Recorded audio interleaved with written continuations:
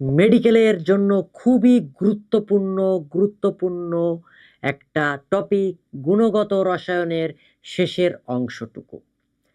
বাবারা, আশা করি সবাই ভালো আছো। আমি জিৎ বিষয়, ঢাকা মেডিকেল কলেজ।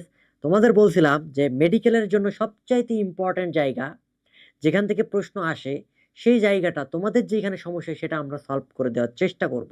এই যে আমাদের হাতে খুব বেশি আর টাইম নাই, এই কারণে খুব কম সময়ের মধ্যে যেন এই 20 থেকে 25 পৃষ্ঠা তোমাদের মুখস্থ হয়ে যায়, সেই কাজটাই করব।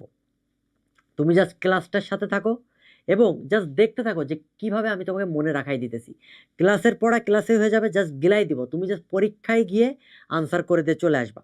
এই টপিকে তোমাদের অনেক সমস্যা, কেলাসন, আংশিক কেলাসন, পাতন, ক্রোমাটোগ্রাফি, প্রচুর সমস্যা হয় তোমাদের। এই জায়গাটা আমি তোমাদের সমাধান করে দিতেছি, তুমি জাস্ট আমার এই ক্লাসটা মনোযোগ দিয়ে দেখো। ঠিক আছে বাবারা, চলো লেটস গো ফর রাইট। দেখো, গুণগত রসায়নের যে ল্যাবরেটরি ব্যবহার, আমরা মেইনলি যেটা দেখি জৈব যৌগের বা বিভিন্ন যৌগের বিশুদ্ধতা। বিশুদ্ধতা বলতে কি বোঝাইতেছি? কোনো একটা যৌগের গলনাঙ্ক আছে, স্ফুটনাঙ্ক আছে, এবং এই জিনিসটা দেখে আমরা বুঝতে পারি সেই যৌগটা কেমন, আসলে সে বিশুদ্ধ নাকি অবিশুদ্ধ। মনে করো তোমার কাছে পাত্রে পানি আছে, কি আছে? পানি আছে। ওকে, যদি পানি থাকে, এই পানির ইয়াটা তুমি কি জানো বলো তো? পানির ক্ষেত্রে কি হলো, হ্যাঁ, পানির স্ফুটনাঙ্ক তুমি জানো 100 ডিগ্রি সেন্টিগ্রেড, এটা তোমার মুখস্থ। তাহলে এইখানে 100 ডিগ্রি চাইতে যদি কমে যায় বা বেড়ে যায়, তাহলে বুঝতে পারবা নিশ্চয়ই এর মধ্যে ভেজাল আছে। ব্যাপারটা এরকম, মনে করো তোমার কাছে একটা পাত্র আছে, এই পাত্রের মধ্যে কিছু তরল পদার্থ আছে, তুমি জানো না জিনিসটা কি। তুমি ফার্স্টে কি করলা, এইখানে তাপ দিলা, কি করলা? আগুন ধরাই দিলা, আগুন ইমোজি, তাই না? আগুন ধরাই দিছো। যখন আগুন ধরাই দিছো, তাপ দিছো, তুমি দেখতে পাইছো এটা 78.3 ডিগ্রি সেন্টিগ্রেড হচ্ছে এর স্ফুটনাঙ্ক। তুমি জানো না আসলে কি। এখন তুমি কি করছো, এর মধ্যে যখন কি করছো, ইথানল দিছো, কি দিছো বলো? Ethanol, C2H5OH। তুমি যখন এর মধ্যে ইথানলটা দিছো এবং তাপ দিছো, তখনও দেখো তার স্ফুটনাঙ্ক আছে 78.3 ডিগ্রি সেন্টিগ্রেড। এখন তুমি বলো তো, কোনো একটা যৌগ মেশানোর পরে এর স্ফুটনাঙ্ক চেঞ্জ হওয়া উচিত ছিল কিনা? অবশ্যই ছিল, কিন্তু চেঞ্জ হয় নাই। দ্যাট মিনস এইখানে যেই জিনিসটা আছে সেটা অবশ্যই ইথানল। পানির মধ্যে যদি পানি মিশাও, তাহলে স্ফুটনাঙ্ক 100 ডিগ্রি বাদে কি 250 ডিগ্রি বা 98 ডিগ্রি এমন কিছু হবে? পানির মধ্যে পানি মিশাইলে স্ফুটনাঙ্ক তো 100 ডিগ্রি হবে, তাই না? তাহলে তুমি ইথানল মিশানোর পরেও যদি 78.3 ডিগ্রি পাও, তাহলে নিশ্চয়ই বুঝতে পারছো ঘটনাটা এখানে বিশুদ্ধ যৌগটাই ছিল। এখন তুমি চিন্তা করো, কোন একটা যৌগ ছিল, তুমি তার তাপমাত্রা বা স্ফুটনাঙ্ক পাইছো কত, 85 ডিগ্রি সাপোজ, এবং তুমি এখানে ইথানল মিশাইছো। ইথানল যদি মিশাও, C2H5OH, ইথানল মিশাইলে তুমি তার স্ফুটনাঙ্ক দেখছো 78 ডিগ্রি চলে গেছে। তাহলে কিন্তু এটা বিশুদ্ধ যৌগ ছিল না। ইথানল মিশানোর পরে আবার ঝামেলা পাকাই ফেলছো তুমি, তাই না? তাহলে যখনই দেখতেছো মিশানোর পরে জিনিসটা সেম আছে, তাহলে ওটা বিশুদ্ধ যৌগ। ক্লিয়ার কিনা? তাহলে জৈব যৌগের বা যে কোনো যৌগ, জৈব হোক অজৈব হোক, তার বিশুদ্ধতার কিছু মানদণ্ড আছে। ওকে, এই যে কেলাসন থেকে ক্রোমাটোগ্রাফি, জিৎ বাবার ইল্লাম টিগাটি নিয়মে তোমাদের শিখাই দিব, চিন্তার কোনো কারণ নাই। তাহলে আমরা যেটা দেখতেছি, কি দেখতেছি, হ্যাঁ, এই যে একটু দেখি, বড় করে দিই, দেখা যায়? ওকে, দেখা যাচ্ছে। এখন দেখো, আহ উম,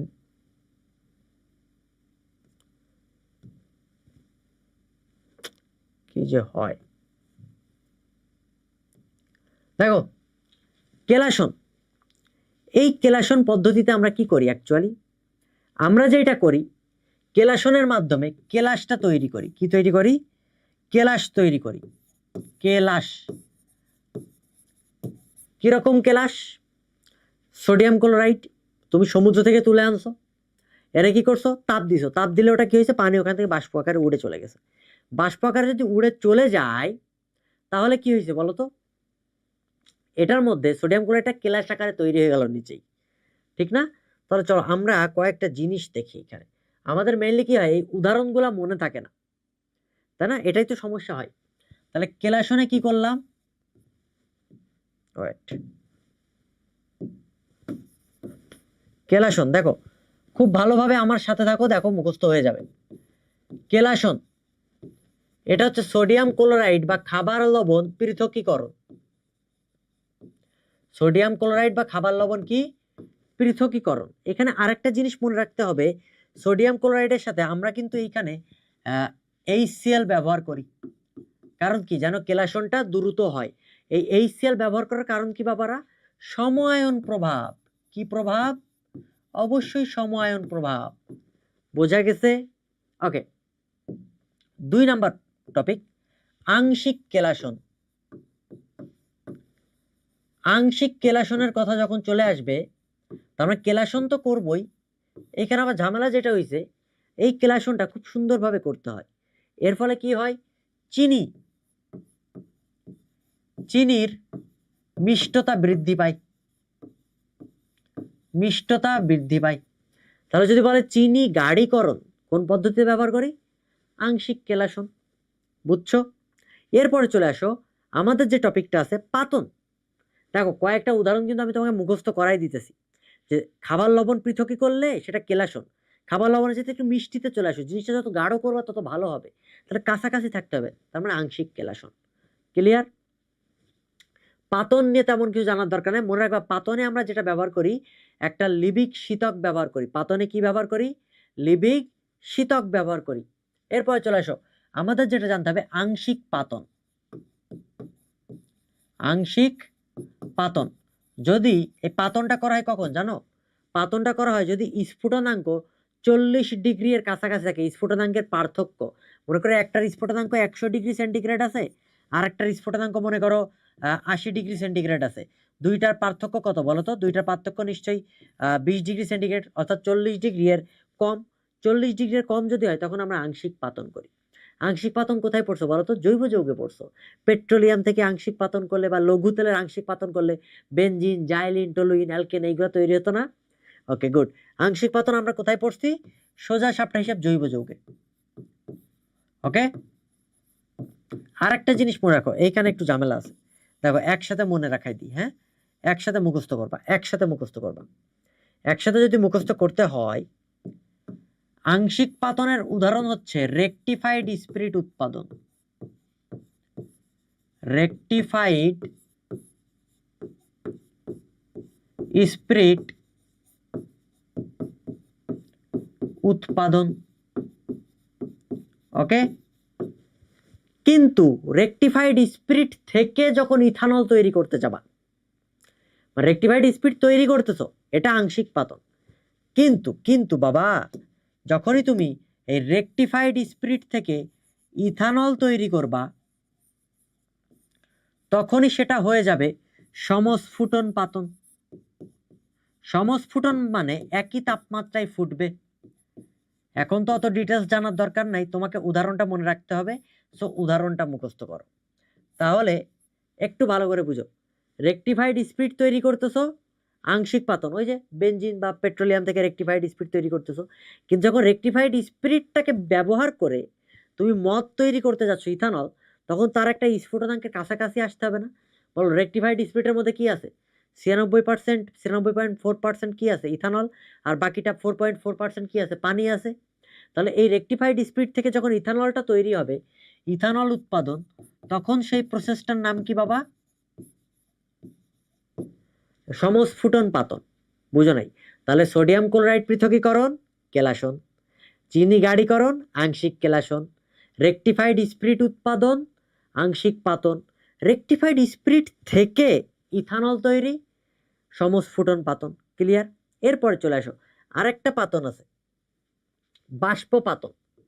এই বাষ্পপাতনের ইংলিশ টার্মটা লাগে, খুবই আসে। হ্যাঁ, বাষ্পপাতনের ইংলিশ টার্ম হচ্ছে স্টিম পাতন। স্টিম পাতন কোনটা, যারা, এখানে সুন্দর একটা কথা থাকবে, বাষ্পে উদ্দায়ী পদার্থ। ওই যে ল্যাবরেটরি নিরাপদ ব্যবহার পড়ছো না, ফিউম হুড ব্যবহার করি, যারা উদ্দায়ী পদার্থ ধোঁয়া সৃষ্টি করে, সেটার ক্ষেত্রে ফিউম হুড ব্যবহার করি না আমরা? ওকে, এই যে স্টিমে উদ্দায়ী, এই কথাটা যদি উল্লেখ থাকে, স্টিমে উদ্দায়ী, তখন তুমি বলবা উদ্দায়ী। পদার্থের কথা বলে স্টিম পাতন বলে ফেলবা, কোনো কথা নাই। আবার একটা জিনিস মনে রাখো, যখনই যখনই তোমার কি আসবে বলতো, সুগন্ধি আসবে, মানে ভালো একটা ঘ্রাণ আসতেছে, তখনই তুমি বাষ্পপাতন বলে দিবা। মনে করো এই যে বডি স্প্রে উৎপাদন, বাষ্পপাতন। গোলাপ জল তৈরি, বাষ্পপাতন। অ্যানিলিন তৈরি বা অ্যানিলিন বিশোধন, অ্যানিলিনে কিন্তু ভালো ঘ্রাণ আছে, গোলাপ জলে কিন্তু ঘ্রাণ আছে। তবে সুগন্ধির কথা যদি আসে, কোনো কথা নাই, চোখ বন্ধ করে বাষ্পপাতন বা স্টিম পাতন। আমি যদি বলি যে জিৎ ভাইয়া অনেক ভালো ঘ্রাণ হচ্ছে, চারপাশে অ্যারোসল মারছে, অ্যারোসল অ্যারোসল অ্যারোসলে ভালো ঘ্রাণ হোক বা বাজে ঘ্রাণ হোক, ঘ্রাণ কিনা, মানে সেটা স্টিম পাতন। বডি স্প্রে স্টিম পাতন। কোনো জায়গা থেকে তুমি হচ্ছে ইয়া আনতেছো, কি বলে, আহ সুগন্ধি তেল আনতেছো, সুগন্ধি তেল, ডাবুর আমলা হেয়ার অয়েল, ভালো গন্ধ বেরোয়, সুগন্ধি তেল, স্টিম পাতন। কথা ক্লিয়ার? মানে সুগন্ধ বুঝলেই বুঝবা কি স্টিম পাতন। ওকে, এরপরে চলে আসো। তাহলে বাষ্পপাতন গেল, আংশিক পাতন গেল, সমস্ফুটন পাতন গেল। এরপরে আমরা যেটা দেখব ঊর্ধ্বপাতন। ঊর্ধ্বপাতন, এইটার ক্ষেত্রে একটা অবশ্যই উদ্দায়ী পদার্থ থাকবে। স্টিমে বলুক আর যাই বলুক, অত কিছু দেখার দরকার নেই, উদ্দায়ী পদার্থ থাকবে। উদ্দায়ী পদার্থ কারা? যাদেরকে তাপ দিলে কঠিন থেকে ডিরেক্ট বাষ্প হয়ে যায়, মাঝখানে তরল ফেজ বলে তাদের কোনো ফেজ নাই। কারা কারা আছে কয়েকটা উদাহরণ তুমি মুখস্থ করো তো, আসো। কঠিন কার্বন ডাই অক্সাইড বা ড্রাই আইস, এটার নাম কিন্তু ড্রাই আইস, তোমরা জানো না? হ্যাঁ। আয়োডিন, নিশাদল, কর্পূর, বেনজোইক অ্যাসিড, এই নামগুলো মুখস্থ করে ফেলো। দেখো মুখস্থ কিন্তু আমার সাথে সাথে হয়ে যাবে, দেখলেই বুঝতে পারবা এদেরকে তাপ দিলে কি হয়, ডিরেক্টলি বাষ্পে পরিণত হয়, কঠিন থেকে বাষ্প, মাঝখানে তরল ফেজ বলে কিছু নাই। ওকে, ন্যাপথালিন, অ্যামোনিয়াম ক্লোরাইড, NH4Cl, এরা সবাই কি বলতো, উদ্দায়ী পদার্থ। পরীক্ষায় এমন আসলো তোমার কাছে বালি, SiO2 সিলিকন ডাইঅক্সাইড এবং আয়োডিনের মিশ্রণ আছে, তুমি কিভাবে পৃথক করবা বলো তো? চোখ বন্ধ করে ঊর্ধ্বপাতন, এই যে ঊর্ধ্বপাতন। কারণ কি, আয়োডিন কিন্তু উদ্দায়ী পদার্থ। তোমার কাছে খাবার লবণ আর বেনজোইক অ্যাসিড আছে, কিভাবে পৃথক করবা? দুইটা মিশ্রণ আছে, একটা পাত্রে দুইটা মিশ্রণ দিছি, চোখ বন্ধ করে ঊর্ধ্বপাতন, কারণ বেনজোইক অ্যাসিড কি, উদ্দায়ী পদার্থ। বোঝা গেছে? তাহলে ঊর্ধ্বপাতন গেল, বাষ্পপাতন গেল, স্টিম পাতন গেল। এরপরে চলে আসো দ্রাবক নিষ্কাশন। দ্রাবক নিষ্কাশন, কোনো কথা নাই, এটা আবার দুই রকম আছে। একটা তরল পদার্থ থেকে দ্রাবক নিষ্কাশন, কোন পদার্থ থেকে? তরল পদার্থ থেকে। আর একটা আছে কঠিন পদার্থ থেকে দ্রাবক নিষ্কাশন। এই কঠিন পদার্থ যেটা, এই কঠিন পদার্থ যেটা, সেইটার পদ্ধতির নাম হচ্ছে সকসলেট নিষ্কাশন বা সকসলেট পদ্ধতি। ঠিক যেই যেই কথাগুলো মুখ দিয়ে বলতেছি প্রত্যেকটা এক একটা MCQ, প্রত্যেকটা মেডিকেলে আসার মতো মেডিকেলে আসবে এবং তোমাদেরও ক্লাসের সাথে সাথে মুখস্থ হয়ে যাবে, ঠিক আছে? তাহলে কঠিন পদার্থ থেকে দ্রাবক নিষ্কাশন করাকে বলা হয় সকসলেট পদ্ধতি বা সকসলেট নিষ্কাশন। চোখ বন্ধ করে তুমি একটা জিনিস মনে রাখবা, ভোজ্য তেল মানে যে কোনো তেল, হ্যাঁ যে কোনো তেল, পুঁটি মাছের তেল, কড লিভার তেল বা তোমার তেল, আমার তেল, জাত তেল, সবার তেল, দ্রাবক নিষ্কাশন। নারিকেল তেল নিষ্কাশন, দ্রাবক নিষ্কাশন। বিভিন্ন জায়গা থেকে ভোজ্য তেল নিষ্কাশন, দ্রাবক নিষ্কাশন। সুগন্ধি তেল বললে আবার আলাদা জায়গায় চলে যাবে, কিন্তু যে কোনো তেলের কথা যদি বলে, আমরা চোখ বন্ধ করে বাবারা দ্রাবক নিষ্কাশন উদাহরণ উত্তর তাকাই দিব। কথা বুঝছো কিনা? আশা করি ক্লিয়ার। চলো আমরা একটু বইতে চলে যাই আবার। এই যে এইখানে দেখো আমাদের এই যে কেলাসনের কথা বলা আছে, কেলাসনের মধ্যে এই যে যদি বলি কোন কোন দ্রাবক ব্যবহার করা হয়, এইটা একটু দেখলা। এইখানে দেখো এই যে খাদ্য লবণ বা বিশুদ্ধ সোডিয়াম ক্লোরাইড তৈরি করা, এটা কিন্তু কেলাসনের উদাহরণ, বইতে দেওয়া আছে। বইটা খুললেই তুমি আমার সাথে এই, এটা তো জুম করলে দেখা যাচ্ছে না, সো তুমি বই খুললেই আসলে উদাহরণগুলো দেখতে পাবা। এই পড়ার সাথে তুমি পৃষ্ঠা উল্টাবা, দেখবে এগুলো চলে আসছে। এরপরে আমি তোমাকে MCQ সলভ করে দেখাই দিব, দাঁড়াও। কোনো চিন্তার কারণ নাই। এবং এইখানে একটা HCl ব্যবহার করি, আমরা বলছিলাম এই দেখো বিশুদ্ধ HCl এর জন্য HCl কেন ব্যবহার করি? সম আয়ন প্রভাব, অলরেডি বলছিলাম সম আয়নের জন্য আমরা HClটা ব্যবহার করি, রাইট? আচ্ছা, লেখাটা আসলে বোঝাচ্ছে না, তুমি বই বের করলে হাজারি নাকসার বই আছে, বইটা বের করলেই দেখতে পাবা। এরপরে চলে আসো আংশিক কেলাসন। অলরেডি আমরা উদাহরণ বলে দিছি, দেখো এখানে চিনির কথা বলা আছে। চিনি মিষ্টতা বৃদ্ধি পাবে, নট চিনি পৃথকীকরণ। চিনিকে পৃথক করবো তো কেলাসন, পৃথককরণ কেলাসন, কিন্তু চিনি গাঢ়ীকরণ বা খাবার লবণের নোনতা স্বাদ বৃদ্ধিকরণ আংশিক কেলাসন। ওকে, পাতন নিয়ে তেমন কিছু জানার দরকার নাই। পাতনে জাস্ট একটা জিনিস জানবা, এখানে লিবিক শীতকটা ব্যবহার করা হয়, লিবিক শীতক। তাহলে লিবিক শীতক কই ব্যবহার করা হয়? পাতনে ব্যবহার করা হয়। আংশিক পাতন, অলরেডি বলছি স্ফুটনাঙ্কের পার্থক্য 40 ডিগ্রির বেশি হইলে আমরা সাধারণ পাতন করি, আর 40 ডিগ্রির কম হইলে আংশিক পাতন করি। আংশিক পাতনে অংশ কলামটা ব্যবহার করা হয়। কি ব্যবহার করা হয়? অংশ কলাম। পরীক্ষায় প্রশ্ন আসবে, অংশ কলাম ব্যবহার করি যে পাতন, সেটা কোন পাতন বাবারা? আংশিক পাতন। ক্লিয়ার? এখন চলে আসো, এই দেখো অংশ কলাম ব্যবহার করে পেট্রোলিয়াম থেকে বেনজিন, টলুইন, হাবিজাবি কথা লেখা আছে। একটা কথা লেখা আছে রেকটিফাইড স্পিরিট উৎপাদন, এটা হচ্ছে তোমার কি? আংশিক পাতন। এর নিচের লাইনে আছে সমস্ফুটন পাতন। দেখো রেকটিফাইড স্পিরিট থেকে ইথানল উৎপাদন, এই কথাটা সমস্ফুটন পাতনের মধ্যে লেখা আছে এবং এটাই পরীক্ষায় আসবে। বোঝা গেছে? এটাই কিন্তু পরীক্ষায় আসবে। এরপর চলে আসো বাষ্পপাতন বা স্টিম পাতন। অলরেডি একটা কথা বলছি, সুগন্ধি কথাটা থাকবে বা স্টিমে উদ্দায়ী, এই কথাটা থাকবে। এই দুইটা কথা যে কোনো একটা কথা যদি তুমি পাও, তুমি চট করে দাগিয়ে দিবা ইল্লাম টিকাটি করে যে স্টিম পাতন। যদি তুমি এই উদ্দায়ী কথা বা সুগন্ধি তেলের কথা না পাও, তাহলে তুমি স্টিম পাতন দাগাইতে পারো, তাহলে কিন্তু মারা খেয়ে গাছে উঠে যাবা। বোঝা গেছে বাবারা? এই দেখো স্টিম পাতন, সুগন্ধ পুষ্প, গোলাপ জল, ইউক্যালিপটাসের পাতা থেকে তেল মানে সুগন্ধি তেল নিষ্কাশন, অ্যানিলিনের বিশোধন, একটু আগে বলছিলাম না, প্রত্যেকটা কথা কিন্তু বলছে, এখানে লেখা আছে। এরপর চলে আসো ঊর্ধ্বপাতন। অলরেডি বলছি উদ্দায়ী পদার্থ থাকবে। কে কে আছে? কর্পূর, ন্যাপথলিন, আয়োডিন, বেনজোইক অ্যাসিড। এছাড়াও আমি আরো অনেকগুলোর নাম লিখে দিছি, যেটা এই বইতে নাই, সেইগুলোর নামও কিন্তু আমি লিখে দিছি। সো তোমার চিন্তার কোনো কারণ নাই। ওকে, পরীক্ষায় এমন আসলো, মনে করো সিলিকন ডাইঅক্সাইড আছে প্লাস আয়োডিন আছে, তুমি কেমনে পৃথক করবা? উত্তর হচ্ছে ঊর্ধ্বপাতন। ওকে, চলো দ্রাবক নিষ্কাশন। অলরেডি একটা কথা বলছি, দ্রাবক নিষ্কাশনের মূলনীতি কি জানো? নার্নস্টের বন্টন নীতি।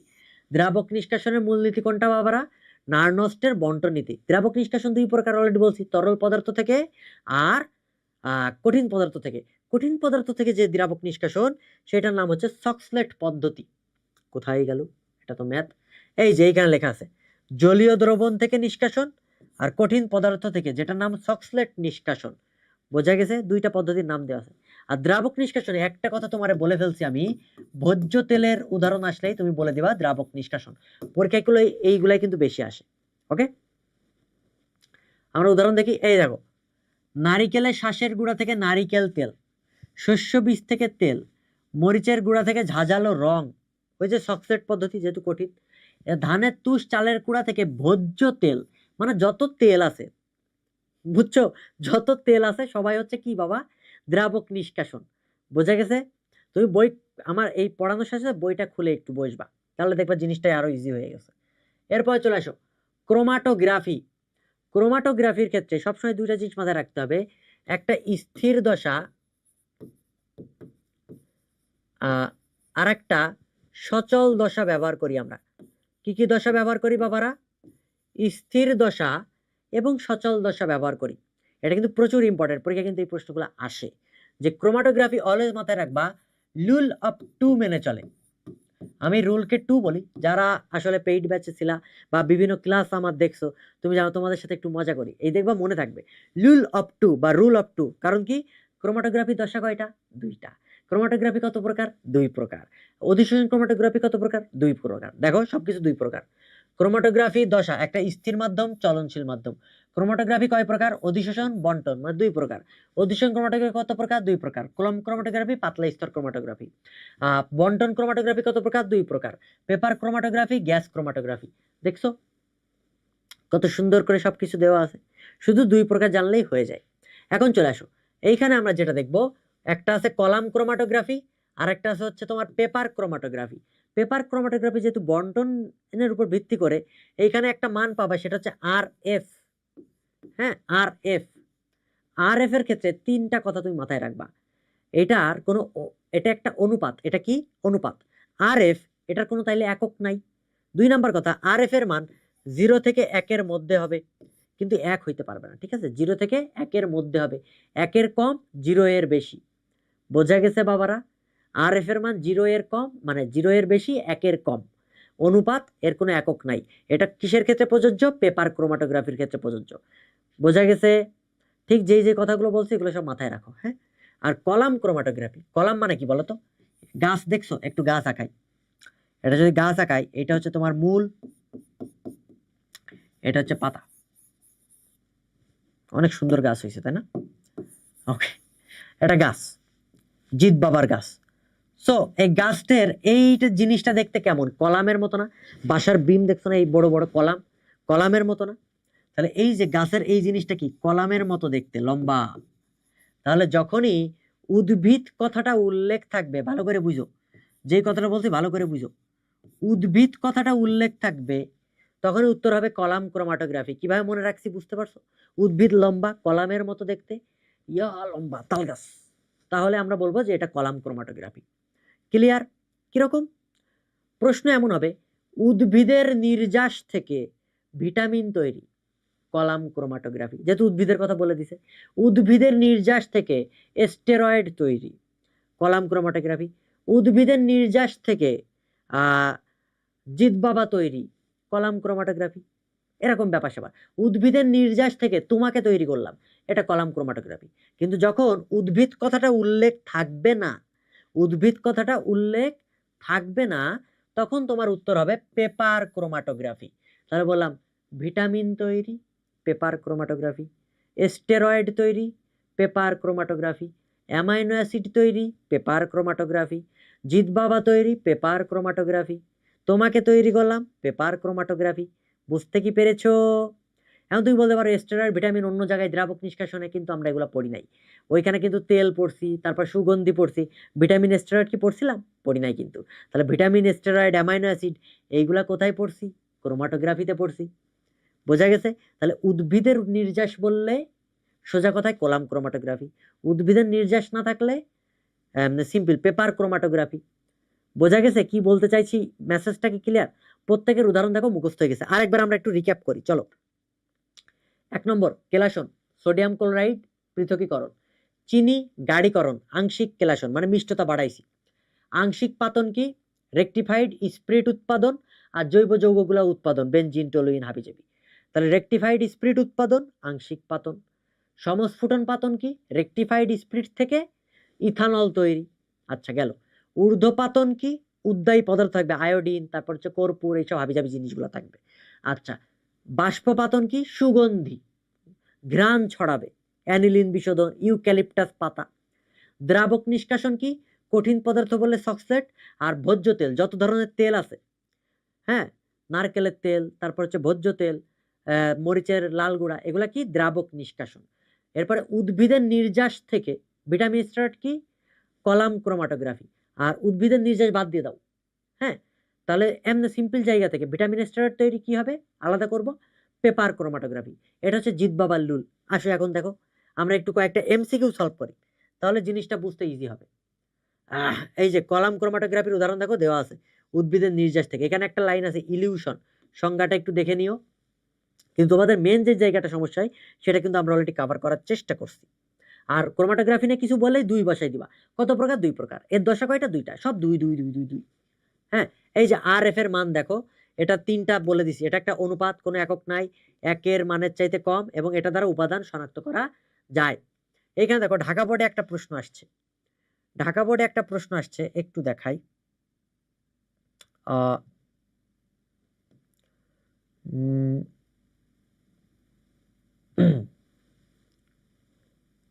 এই যে দেখা যাচ্ছে আর এফ এর মান পেপার ক্রোমাটোগ্রাফিতে, আর এফ এর মান কোনটি যুক্ত যুক্ত?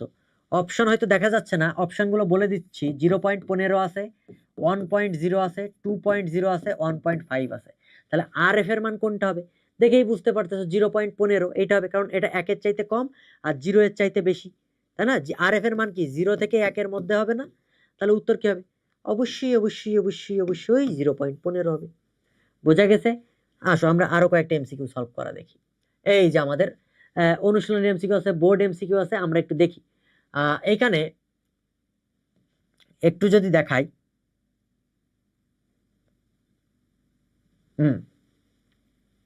আশা করি এখন একটু দেখা যাইতেছে, তারপরেও আরেকটু বড় করি। ওকে, ডান। এইবার ভালো বোঝা যাচ্ছে। দেখো প্রশ্নটা খেয়াল করো, কত চমৎকার প্রশ্ন। একটু নিচে নামাইতে হবে। এই 109 নম্বর প্রশ্নটা খেয়াল করো। একটি তরল জৈব যৌগে 78.3 ডিগ্রি সেন্টিগ্রেড তাপমাত্রায় ফুটে অল্প ইথানল যোগ করছো এবং স্ফুটনাঙ্ক 78.3 ডিগ্রি আছে। চেঞ্জ কি হয়েছে? চেঞ্জ কিন্তু হয় নাই। কি ছিল তুমি জানো না? ইথানল যোগ করছো, স্ফুটনাঙ্ক চেঞ্জ হয়, তার মানে কি? মূল তরলটি কি ছিল? অবশ্যই অবশ্যই বিশুদ্ধ ইথানল। সে অবিশুদ্ধ ইথানল কি হবে? তাহলে তো স্ফুটনাঙ্ক চেঞ্জ হয়ে যাইতো, গলনাঙ্ক চেঞ্জ হয়ে যায়। ইথানলের সমগোত্রক কেন? সমগোত্রক মিথানল তো ইথানলের সমগোত্রক, মিথানলের স্ফুটনাঙ্ক আলাদা না? বোঝা গেছে? দেখো যা পড়াইছি তাই পরীক্ষায় আসবে, এবং এগুলো বোর্ডেও আসছে, মেডিকেলেও আসছে। তুমি কোশ্চেন ব্যাংক সলভ করো, দেখো সব পারবা। এই যা যা পড়াইছি দেখো তুমি সব পারবা। আসো দেখো পরের প্রশ্ন, দেখো 110 নম্বর। যেসব জৈব যৌগ পানিতে অদ্রবণে ফুটন্ত পানিতে স্টিমে উদ্দায়ী হয়, কথা বলে দিছে কিন্তু। স্টিমে উদ্দায়ী হয়, এই যে কিওয়ার্ড গুলো খুঁজতে হবে। যে জিৎ বাবা ক্লাসে কি বলছে, কিওয়ার্ড গুলো খুঁজবা পরীক্ষায়, তাহলে দেখবা আনসার মিলে গেছে।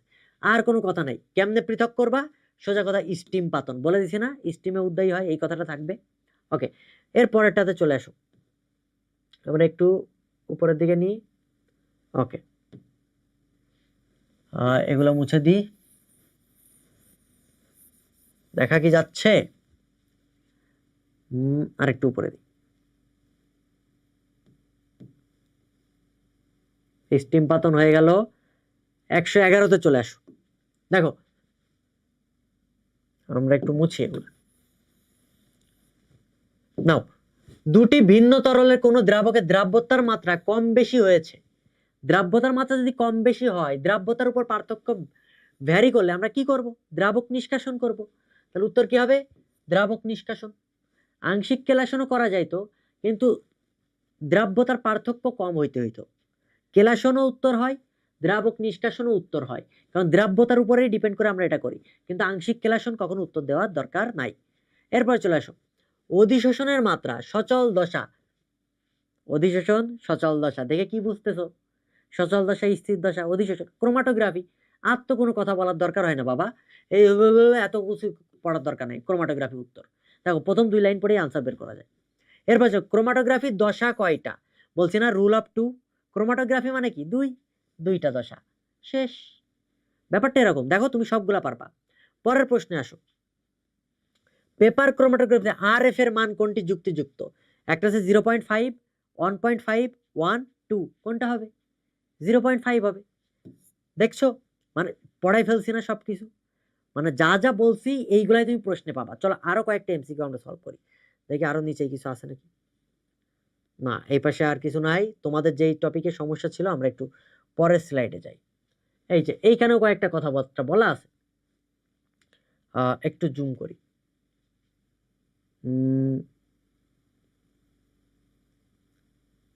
দেখা যায়? আশা করি দেখা যায়। ওকে, দেখো ক্রোমাটোগ্রাফিতে নিচের কোন মূলকটি অধিশোষণের ইয়া হয়? এই জিনিসটা জানার ক্ষেত্রে আগে জানতে হবে অ্যাসিড, তারপরে হয় হচ্ছে তোমার অ্যালকোহল, অ্যাসিড অ্যালকোহল, এরপরে যে বাকি জিনিসগুলো হবে অ্যামিন হবে, তারপরে অ্যালডিহাইড হবে। অ্যালডিহাইড হবে সবার লাস্টে। ওকে, তাহলে দেখো তো কি আছে। এইখানে যেটা আছে, কার্বক্সিলিক অ্যাসিড সবার শুরুতে থাকবে। অধিশোষণ সবচেয়ে বেশি কার? কার্বক্সিলিক অ্যাসিডের। কার্বক্সিলিক অ্যাসিড এটা মাঝখানে আছে, তাহলে এটা হবে না। এটা সেকেন্ড আছে, এটা হবে না। এইটাতে প্রথমে আছে ক নম্বরে। উত্তর তাহলে কি হবে? ক হবে। বোঝা গেছে? কার্বক্সিলিক অ্যাসিড কি সবার সক্রিয়তা না? সক্রিয় বেশি, এটার অধিশোষণ বেশি হবে। এরপরে চলে আসো, দেখো তো 139 নম্বর তুমি পারবা কিনা। প্রশ্ন দেখে তুমি আনসারটা বলে দিতে পারবা। এটা তুমি কমেন্ট করো, দ্রুত দ্রুত কমেন্ট করো, একটু পজ করে কমেন্ট করো, দেখো তুমি পারো কিনা। কোন পদ্ধতিতে ধানের তুষ থেকে ভোজ্য তেল নিষ্কাশন করা হয়? দ্রাবক নিষ্কাশন, ভোজ্য তেলের কথা বলা হয়েছে। এরপরে চলে আসো, আমরা আরেকটু উপরে উঠি। কোনটি অতিরিক্ত অ্যামোনিয়া দ্রবণে দ্রবণীয় হয়? এটা তুমি অলরেডি জানো, এটা হবে কপার। এরপরের প্রশ্নটা দেখো, এটাই লাস্ট। অবিশুদ্ধ বেনজোইক অ্যাসিডকে বিশোধন করবা। বেনজোইক অ্যাসিড কি জিনিস? এটা উদ্বায়ী পদার্থ না? কি হবে? শেষ। ঊর্ধ্বপাতন। ওই এই যে ঊর্ধ্বপাতন, মানে বুঝতে পারছো? তুমি কোশ্চেন সলভ করলে দেখতে পাইছো যে আমি যা পড়াইছি সেগুলাই পরীক্ষায় আসছে, ইভেন মেডিকেলেও এইগুলাই আসবে। সো যা পড়াইছি এবং ঠিক যেভাবে মনে রাখতে বলছি সেটা মনে রাখো। দেখো তোমার এটা মনে থাকে কিনা, এবং সলভও তো করলাম, আমরা প্রশ্ন দেখেও বুঝতে পারলাম। আশা করি তোমার এই টপিকে আর কোনো সমস্যা থাকার কথা না। অ্যাকচুয়ালি এই যে টপিকটা, এটা মানে ইন্টারমিডিয়েটে কেউ পড়ে আসে না, তো আবার অনেকে এটা মানে প্রবলেম ফেস করে যে কেমনে মনে রাখবো, বুঝি না, এত পড়া। আগে তোমাকে বুঝতে হবে কি আসে। তুমি দেখো প্রশ্ন সলভ করে দিলাম না, এবং তোমাকে মনে রাখার টেকনিকও দিয়ে দিলাম না, 3-4 বার করে একই জিনিস 2বার করে পড়াই দিলাম। তুমি দেখো এখন মনে থাকে কিনা। ঠিক আছে, সবাই ভালো থাকো, সুস্থ থাকো, এবং অন্তত একটু জানাও যে তোমার এটা আসলে হেল্পফুল হচ্ছে কিনা। না হলে তুমি যে সমস্যাটা জানাচ্ছ এবং আমি সর্বোচ্চ চেষ্টা করছি তোমাকে মনের মুখস্থ রাখানোর। ঠিক আছে, ক্লাসের পড়া ক্লাসেই হয়ে যাবে। ঠিক আছে বাবারা, সবাই সুস্থ থাকো, ভালো থাকো, এবং পরীক্ষা একটা ভালো একটা পরীক্ষা দিয়ে আসতে হবে। কেমিস্ট্রিতে 25-এর মধ্যে তুমি ন্যূনতম 23 কারেক্ট করে চলে আসতে হবে। ঠিক আছে, সবাই ভালো থাকো, সুস্থ থাকো।